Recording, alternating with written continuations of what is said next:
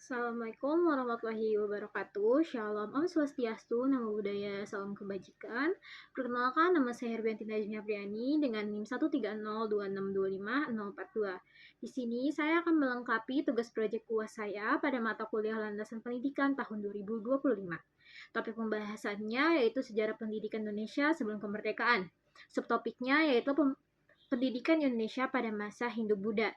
Studi kasus yang saya ambil yaitu teori masuknya agama dan kebudayaan Hindu-Buddha di Indonesia. Di sini saya akan menjelaskan sedikit ringkasan dari materinya.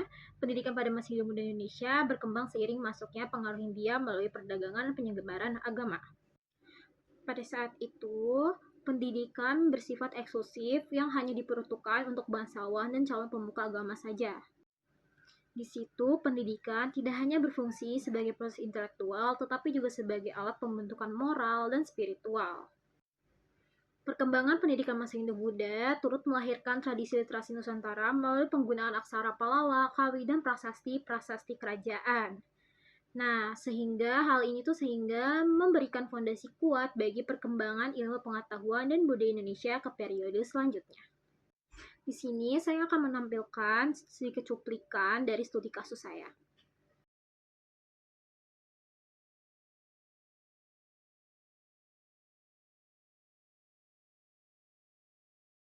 Learning outcome yang pertama itu menjelaskan sistem pendidikan Hindu-Buddha Indonesia, mengidentifikasi bentuk lembaga pendidikan seperti mandala, asrama, dan vihara, mendeskripsikan kurikulum dan metode belajar pada masa tersebut, menganalisis masalah ketidakmerataan pendidikan dalam konteks sejarah, mengevaluasi dampak pendidikan Hindu-Buddha terhadap perkembangan pendidikan Indonesia. Masuknya agama Hindu-Buddha ke Nusantara membawa sistem pendidikan baru yang lebih terstruktur. Video Harmony ID tadi menjelaskan bahwa pengaruh Indonesia membentuk pusat pembelajaran yang terikat dengan agama dan spiritualisme. Kerajaan besar seperti Kutai, Tarumanegara, Mataram kuno, dan Sriwijaya membangun lembaga pendidikan yang fokus pada teks suci, filsafat, sastra, dan moralitas. Pendidikan pada masa itu tidak bersifat massal, aksesnya sangat terbatas hanya untuk bangsawan, brahmana, atau biksu. Ketimpangan sosial yang muncul membuktikan bahwa pemerataan pendidikan pada masa itu belum ada. Nah, metode yang digunakan pada masa itu yaitu guru sisya. Nah, ciri khasnya itu adalah penggunaan teks suci dari Hindu-Buddha. Sistem pendidikan ini menunjukkan kemajuan intelektual di Nusantara yang terhubung dengan jaringan internasional. Warisan penting ini meliputi aksara, kesusastraan, pemikiran etis, seni, dan budaya klasik. Nilai-nilai ini masih dapat ditemui dalam tradisi Nusantara hingga kini, menunjukkan pengaruh kuat pendidikan kuno terhadap perkembangan pendidikan di Indonesia. Nah, di sini ada teori pendukung. Menurut Serefina 2018, pendidikan merupakan proses yang membentuk kemampuan belajar mandiri melalui dukungan lingkungan dan strategi pembelajaran yang tepat. Serefina, Adriana, dan Ferdinando tahun 2018 menegaskan bahwa pembelajaran yang aktif harus mampu mengembangkan kemampuan berpikir kreatif peserta didik melalui mode pembelajaran yang melibatkan eksplorasi, refleksi, dan pemaknaan. Konsep ini sangat relevan untuk memahami pendidikan yang ada di Hindu-Buddha yang juga menggunakan metode kontemplatif, meditasi, serta dialog guru-murid untuk menggali pemahaman filosofis. Dalam jurnal lain, Serefina, Nugroho, dan Lipikuni 2022 menjelaskan bahwa media dan desain pembelajaran yang tepat dapat memperluas akses dan kualitas pembelajaran. Temuan ini, jika ditarik pada konsep sejarah, menunjukkan bahwa keterbatasan media pendidikan pada masa Hindu-Buddha menyebabkan akses belajar hanya dimiliki golongan tertentu seperti Brahmana dan bangsawan. Ketidakterjangkauan fasilitas pendidikan pada masa tersebut menunjukkan bahwa persoalan ketidakmerataan pendidikan bukanlah fenomena baru. Dengan kita mendapatkan pemahaman historis mengenai bagaimana pemerataan pendidikan menjadi isu panjang sejak masa Hindu-Buddha hingga kini. Nah, sebagaimana dirangkum oleh Kujaningrat, pendidikan tradisional Indonesia ini berfungsi bukan sekadar transfer keterampilan, melainkan sebagai mekanisme pewarisan nilai budaya, norma sosial, dan struktur identitas kolektif. Catatan perjalanan bisu-bisu asing seperti Itsing dan Yijing dan prasasti-prasasti menunjukkan bahwa Sriwijaya bukan hanya pelabuhan dagang, melainkan juga pusat pembelajaran Buddhis yang menarik pelajar dari berbagai wilayah. Penelitian tentang hubungan pendidikan Buddhis Sriwijaya dan pendidikan Buddhis di India menunjukkan adanya diplomasi pendidikan pertukaran siswa, guru, dan dukungan pendirian vihara atau moastri di luar wilayah lokal. Kajian sejarah menunjukkan bahwa pengaruh Indianis Indianisasi membawa masuk sistem tulisan bahasa, yaitu Sanskerta dan Kawi, serta teks keagamaan yang menjadi inti kurikulum pendidikan pada masa Hindu-Buddha. Perpaduan sumber lokal dan ide-ide India menghasilkan hibriditas budaya yang menjadi ciri sistem pendidikan Nusantara. Sumber-sumber arkeologis, yaitu prasasti, candi, dan manuskrip, dan studi regional memperlihatkan bahwa lembaga pendidikan pada masa Hindu-Buddha juga terikat erat dengan kekuasaan pusat. Istana dan pendeta bekerja sama merancang kurikulum yang meneguhkan legitimasi politik. Dengan kata lain, pendidikan dipakai sebagai instrumen negara untuk mereproduksi pemimpin yang menguasai ideologi, ritual, dan administrasi. Dari perspektif antropologi pendidikan, pendekatan guru sisya atau guru murid yang intensif pada sistem Hindu-Buddha meningkatkan pembentukan karakter melalui karakter berulang, meditasi, dan tafsir teks. Metode ini bukan hanya transmisi kognitif, tetapi juga pembentukan disposisi moral, etika, dan spiritual.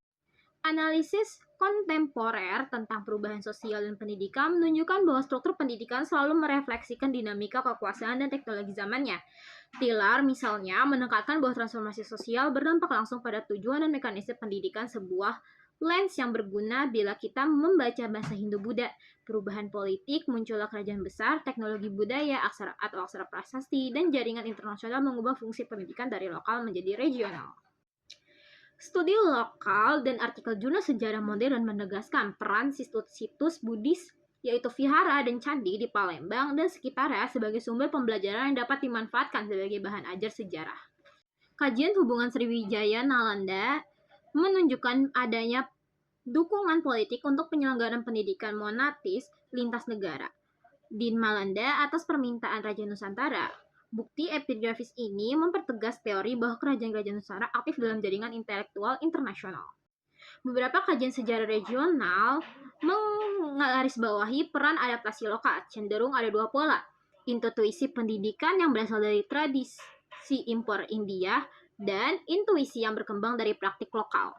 Studi terkini tentang jaringan pengetahuan Asia, Knowledge Roads, menempatkan Nusantara sebagai simpul penting di jalur penyebaran teks dan guru.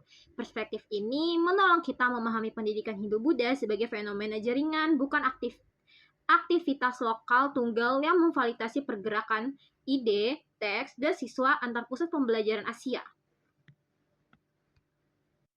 Akhirnya, kajian modern tentang perubahan pendidikan menekankan bahwa masalah ketidakmerataan akses pendidikan bukan fenomena baru. Bukti-bukti historis dari masa Hindu-Buddha memperlihatkan akses yang terbatas pada elit.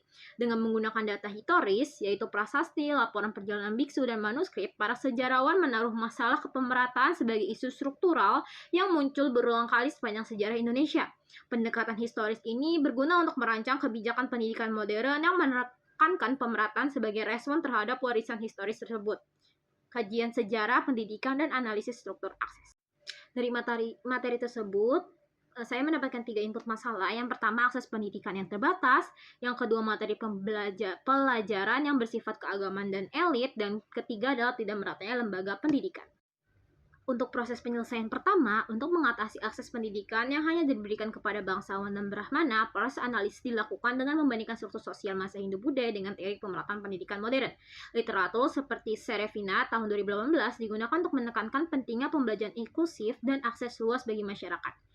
Dari sini dapat disimpulkan bahwa pola pendidikan elitis pada masa itu harus dibaca sebagai bentuk ketidakmerataan struktural, sehingga solusi modern menekankan pembukaan akses bagi seluruh kelompok masyarakat tanpa adanya stratifikasi kasta.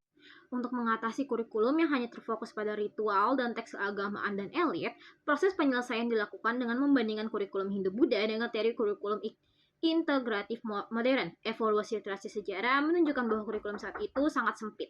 Dengan mengacu pada konsep pembelajaran berbasis kemampuan berpikir, oleh Serefina 2018, kurikulum seharusnya mencakup kompensasi intelektual, sosial, dan praktis untuk mengembangkan peserta didik secara lebih luas. Untuk mengatasi tidak adanya dan tidak meratanya kesempatan pendidikan bagi rakyat biasa, proses dilakukan dengan melibatkan perbandingan antara akses masyarakat lokal dan pada masa Hindu-Buddha.